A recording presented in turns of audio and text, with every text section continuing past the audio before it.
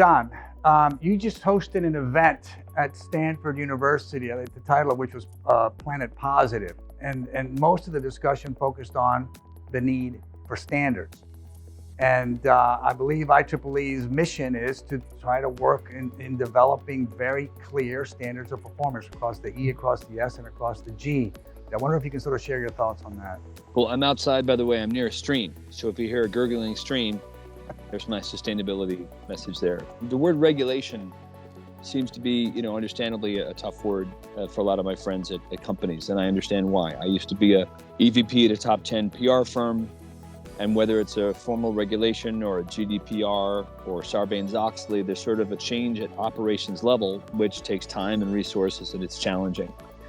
There are some ESGs, and this is where I certainly defer to Sandy, and I also agree with him that there's this morass of anything that's sort of called ESG. But I am a big fan of the Task Force on Climate-Related Financial Disclosures, the TCFD, largely because my understanding is it's something that, especially in the United Kingdom, next year is going to be enforced.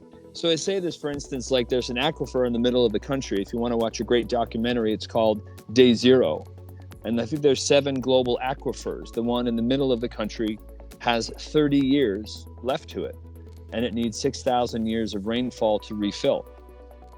And the sort of industrial agriculture and cattle, industry that sort of literally are above it are draining the water. Well, I'm a huge fan, mainly of female economists, especially Eleanor Ostrom, that infinite growth in a world of finite resources somehow works. It doesn't if we want to have equity.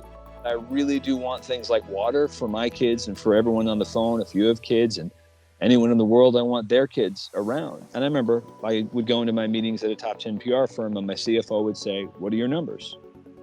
But the numbers don't measure, first and foremost, long-term what's called planetary flourishing. And there are things outside of carbon where you can measure things like the decimation of forests, the loss of water. You can actually measure those because they're disappearing. The GDP, when it was built in Bretton Woods, did not include caregiving, which is largely women, or the planet. It just wasn't factored in there.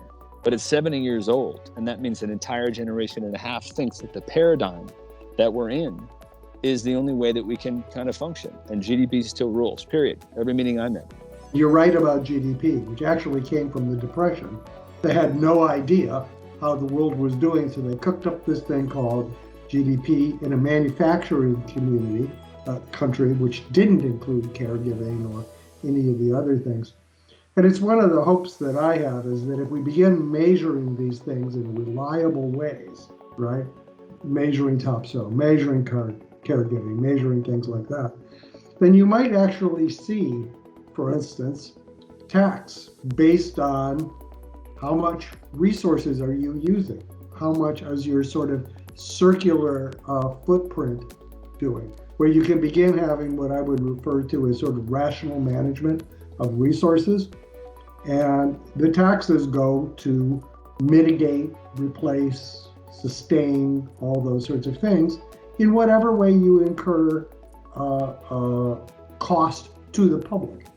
So it's returning value to the public for things that the corporation or other entities use.